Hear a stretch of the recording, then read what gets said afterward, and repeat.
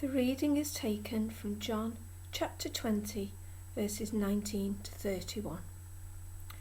On the evening of that first day of the week, when the disciples were together with the doors locked for fear of the Jews, Jesus came and stood among them and said, "Peace be with you."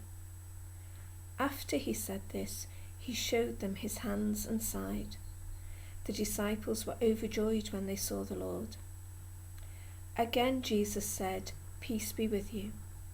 As the Father has sent me, I am sending you." And with that he breathed on them and said, "Receive the Holy Spirit. If you forgive anyone his sins, they are forgiven. If you do not forgive them, they are not forgiven."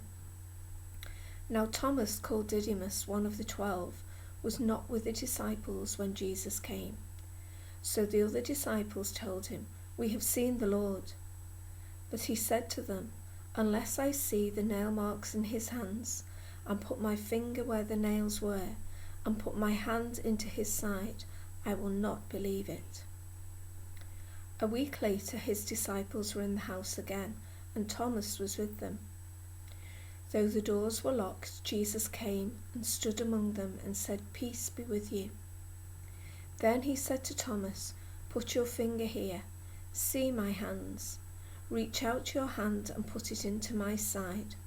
Stop doubting and believe." Thomas said to him, "My Lord and my God." Then Jesus told him, "Because you have seen me, you have believed. Blessed are those who have not seen and yet have believed."